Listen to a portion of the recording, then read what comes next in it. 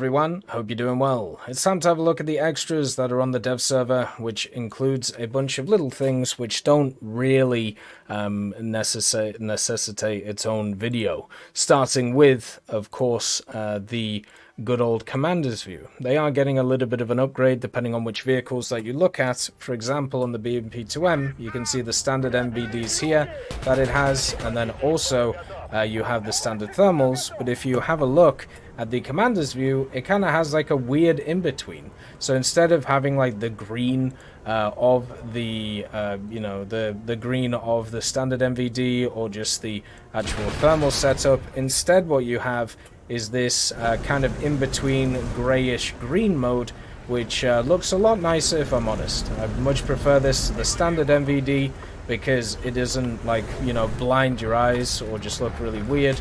So that's at least kind of there, which is pretty cool. So look forward to that on many different vehicles being added to the game. There is also something else which is going on with specifically APFSDS, but I kind of want to show it in the automatic, and that is the fact that APFSDS will now have its casings modeled as a individual thing. So it will independently actually have its own physical properties, meaning that technically you could penetrate stuff with it if you want to, and if you have a look really closely at this APFSDS round, you'll be able to see what I mean.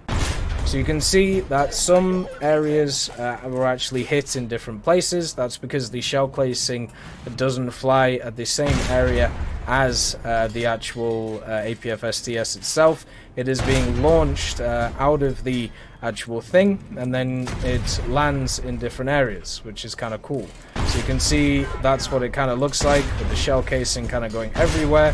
It's even there on thermals. Now technically these physical models can actually penetrate other targets if you get lucky enough. It's going to lead to some weird reactions and weird stuff going on, but the main thing it's going to do is it's just going to make the kill cam look cool, so that's at least something to look at. Another thing they've also added, if you're alt, by the way, and you're on PC, you can actually go around the place and like designate zones and stuff like that without going to the menu thing. The other thing they've added is this button here, so you can actually hide all of the icons. If you don't like all the icons being at the bottom of the screen, you can hide them all. The other thing you can also do is actually click on the icons themselves or hover over them, and it can switch, which rounds that you're changing to, or it can fire smoke screens or create an artillery. You can do all of these things with your mouse if you feel like it. But also at the same time, you can do this, which I think is pretty cool. So a nice little addition. Another thing about Ground is they have removed Port Novorossiysk, the domination version of the map. They have added a new battle version in, but after being told by the Gaijin devs and the team behind it that there was no issues with Novorossiysk, they have decided to remove it. So kind of work that one out. It's very confusing, at least to me, and all of that stuff. Another thing they've also added is the ability to destroy smaller bushes. So one of the things that I'm sure has annoyed people for many years is the fact that people have used, bushes on their vehicles to be able to defend themselves. Well, guess what? You can now not just destroy them like you could last update. All of these little ones that are around the place, you can actually machine gun them and destroy them too. So this means that heat and heat FS won't get as affected by these compared to other stuff. So pretty much all bushes can be destroyed, even by light machine gun fire, which is really cool. You'll still need stuff such as big rounds to be able to deal with larger ones, but every single machine gun now should be able to destroy these little bushes, which is cool. I think overall it's actually really nice that they've added that setup in. Another thing is the R60M. They have actually changed it. The change that they've made is they've changed the explosive type that it has inside of the round. So instead of it being TNT, which it was previously, now the R60M actually has access to OKFOL 20. Which I'm sure will change its TNT equivalents compared to previously. This will change how its proximity fuse, or how it will affect stuff and how much damage it will do, so make sure to check that out. Another thing is they've changed around thanks to the Lanz Odermatt formula. That is the M735. So the M735 is used on a lot of vehicles in game, but I think the main one is probably the M1 Abrams. But you can see here they've massively nerfed its flat penetration. At 10 meters, it is 292 millimeters, 247, 169 at 30 and 60. So yeah, they have really hurt its flat penetration with this change, which kind of sucks. There's also been a ton of AP bombs which have been added to the game, and they've also changed how the AP bombs actually work. They've added penetration to the bombs themselves. So for example, on the AD2 and also many other American vehicles, I might stress, I'm not going to go through them all. You can see them all in the changelog if you want to. There's a ton of them, which is why I can't just list them all. But basically, the AD2 has now access to a 1,600-pound bomb and a 1,000-pound AP bomb. So this is a 1,600-pound. You can see how this stuff works. So the max armor penetration, high explosive action is 78 millimeters. The radius of destruction is 6 millimeters, and the radius of dispersion of fragment dispersion, the radius of fragment dispersion is 100 meters. So pretty much, if you drop this thing at high altitude, it gets a maximum amount of 78 millimeters of penetration, meaning if you put it on a timer, it can hit something like a ship and then basically penetrate through the ship and then explode in the ship instead of exploding on the kind of top of the ship where the armor is. So they've added these bombs not just to, America. There's some 1,000-pounders here. They obviously have a lot less explosive mass in them, but if they penetrate, they can technically do more damage. They've also added some to the Soviets. The Tu-2S has actually access to all of them. Not all of them have models, by the way. So, for example, the AD2, this is what the 1,600-pound bomb looks like. So it is actually fully modeled. Whereas the USSR one, you can see, isn't yet. So it's not there at all. The three bombs that they've added to various vehicles for the USSR is a 500 kilo, 250 and 1000 kilo.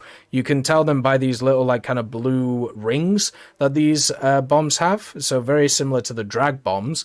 You have the 250, then you have the 500, and then of course the 1000 kilo, which is nice to see. Also, the British got some, which is really cool as well. In the game, the Mark 10 Wellington got both types, which they are adding, and both of these are quite cool as well. You have a 2,000-pounder, the AP Mark 1, which has 70 kilos of TNT equivalent and also 75 millimeters of pen. And then also you have these 500-pound SAP Mark IIs. I believe a Swordfish even has some of these 500-pounders, which could be nice at lower tier naval, which would be cool. Then there is also some bombs for the Germans, but I can't actually find any. So I don't know if they're actually in the game yet, but they are AP bombs, which have 500, 1,000, and 1,600 kilo in size. They seem to basically be very similar to the ones that we already have in the game, but they are obviously have less explosive mass and more penetration. So that's something to kind of think about. You can see that's pretty cool on the vehicle themselves. Another vehicle which has had its bombs affected is the MiG-15. The MiG-15 has actually lost its separate bomb drops, so that has become a little bit less useful as a kind of CAS aircraft, and there's a few others that have also lost this ability, which are some kind of lower tier vehicles for the Soviets, stuff like the lag and things like that. So just watch out for that when the update comes out. Your vehicles might be a little bit less useful than they were before. There's also a change to the navalized Phantoms for the US. So for example, the F4J and also the F4S, the premium variant, the RWR has been changed on it. So instead of the ANAPR 25, it is now instead of the one, where is it? There it is. The RWR, it's now the ANALR 45V. So that obviously will change its usability, and we'll have to see what goes on with it. It has the threat types, and then of course the threat types on scope and the launch detection, and of course quite the large range as well. So that should give it a little bit more usage, and then a big change for another American vehicle, but in a separate tech tree. You have the F-104J, right? One of the vehicles that a lot of people have kind of looked down upon because it doesn't have access to countermeasures. Well, guess what? It doesn't get countermeasures, but it can now carry 6 missiles. So you are now even more offensively orientated than previously, because previously you could only carry 4. So there you go. You get more missiles, but still no countermeasures on the vehicle, which kind of sucks. And then also, just as a last little tidbit for the Object 775, the new pancake tank, which is around the place, it does actually have a pretty cool set of features. The first one you may have seen, which is the fact it has access to hydropneumatic suspension. So even though it's a very low vehicle, you can go even lower if you want to. Like you can see here, this is actually how flat the vehicle can get, meaning that you can get even, even more hull down if you really feel like it. But a more interesting factor to me, since this is only really present on one other vehicle, is the simple fact that this thing has a periscope. Whoop!